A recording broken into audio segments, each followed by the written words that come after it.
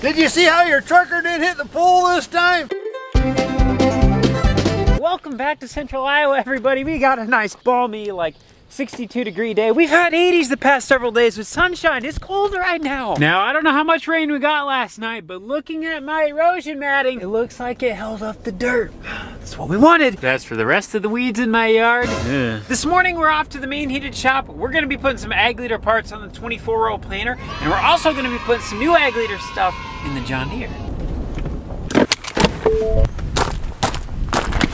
Oh, holy cow, we got the full shebang in here. Showed up just in time for me to leave. Pete, what are you doing? Oh, just taking all your stuff away. God, Pete, you're ruining my shot right now. Man, this looks way simpler than the 24-row planter. Way simpler. Smaller paycheck for you. Yeah, that happens. So as many of you guys know, this is our 1981 John Deere 4840. This is the planting tractor that Dad runs the 16-row planter on. And we have a steering wheel mounted auto steer system in there called an OnTrack 3 from AgLeader. And they just came out with a whole new design for this year called the Steady Steer. So we're gonna be taking the OnTrack 3 on and putting in the Steady Steer. Hey, now, what do we got going on back here? Cleaning tools. All right, that wrench I think goes over at These that are mine. toolbox. I brought in my own. No, let me see them. Oh yeah, these aren't snap-on like all of our tools are. These are the cheap ones. I can tell they're not ours. All right, Spidey, let's see it.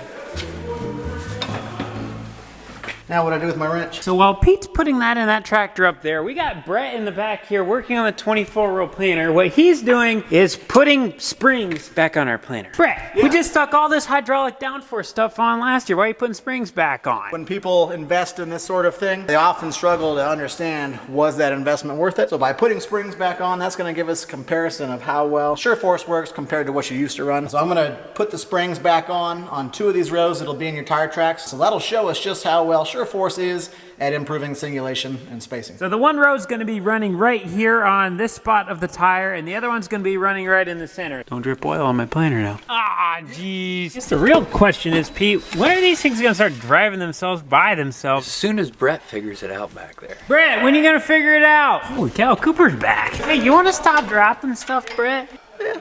You said you brought your own tools. Why you have a screwdriver? Hey man, it's good stuff. Dad, we got to check his pockets before he leaves. Oh, holy cow, you already done? It took like 15 minutes. That's right, we're just speedy, man. We get in, do the job, go on to the next thing. Let me see your pockets. All right, you can go now. So this is pretty cool because it's silly simple. We have a gear that is just clamped to the steering wheel here. So all we do is take our Steady Steer. It just slides right on, clicks in. We just plug in our cable on the back, and then that just plugs into all the monitor and stuff, and that is literally all we have to do. It's super low profile. You don't hit your fingers on it when you're turning the steering wheel, and to take it out, all you got to do is just unhook your little cable on the back, push this button, and there she goes. And then we can just bring this to another piece of equipment. We can bring it to the combine, the tractor. Essentially, if something has a steering wheel, you can put this on. So like I said, the Steady Steer is what replaced the OnTrack 3. We've ran these OnTrack 3s for like 3 years now. We really like them, but the Steady Steer is supposed to be quieter, supposed to be more responsive, faster. The steering wheel is not supposed to turn quite as much with this. There's only one wearable part, and that is that gear, and you can replace it by just taking that snap ring off. Versus the OnTrack 3, you had clutch packs and stuff in there, which I've never heard one of these wearing out, but if they do, they said it was more of an elaborate fix. And then I guess from an ergonomic perspective, the OnTrack 3 used to sit under the steering wheel with this bottom part pointed down. So sometimes you'd hit your knee on the little power button right here, and you might accidentally turn your auto steer off when you're in the field. We've been running these for what, 3 years now? How do you like it? I love it. I couldn't imagine not running auto steer now, to be honest. At first I kind of thought it was crazy because I thought I could steer good. So in other words, what I'm trying to say is if you're a farmer and you don't have auto steer and you thought you couldn't get auto steer, I'm here to tell you that you can. As long as you have a steering wheel,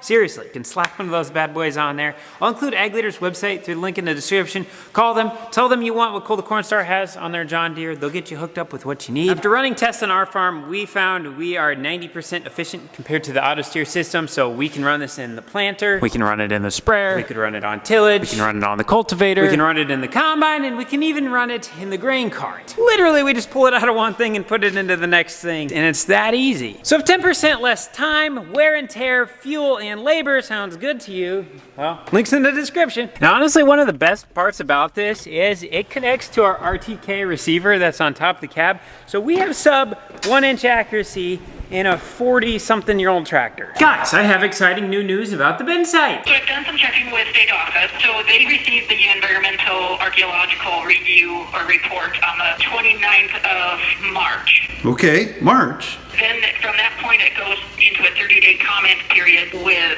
the state's historical preservation. So the 30-day period of time for that would not end until April 29th. Wow, okay, because I thought the environment study got done in February 25th or something. Yep, it was done, but for whatever reason, the report didn't get to state office until March 29th. Now, I'm not gonna lie, I'm a little frustrated about this, but I can jump and scream and pound my fists all I want, but it's not gonna change anything. By the sounds of it, sounds like first week of May, we should be approved for everything, so that's our daily update on the $1 million bin site. Ooh, look at that, guys. We got some little Kentucky bluegrass poking up right there. Oh my goodness, before long, this is gonna thicken up really nice. Grow! Just got a call from Sable. Sounds like she's out on one of the four-wheelers. She just ran out of gas. There's Sable.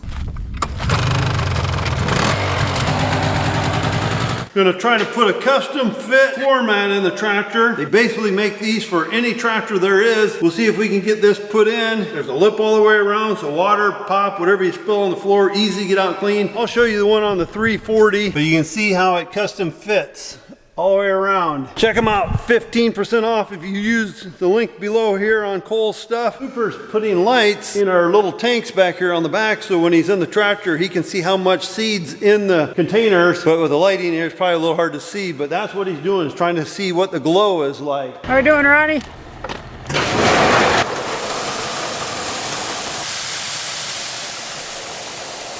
What were you doing with the pipe wrench, Ronnie? Ronnie's filling up tonight. He'll go home and then he'll take off early in the morning and come back for another load. I think we have about 20,000 bushels left to haul in, so we're getting closer to the finish line. Every time I come out here, I look at my grass. See, I got some more coming up right here. Ooh, doggy. Does this mean I'm getting old when I get excited about my grass growing? Getting ready to change oil. Yeah, we probably only got 80 hours on the oil, which we could go a lot longer, but since it's been used on the auger wagon all winter and through all the dust, I'm just gonna go ahead and change the oil, and then it's all fresh. All right, see how big of a mess we make. Whew. Usually when I change the oil, I make a mess. This is gonna work, this is gonna work.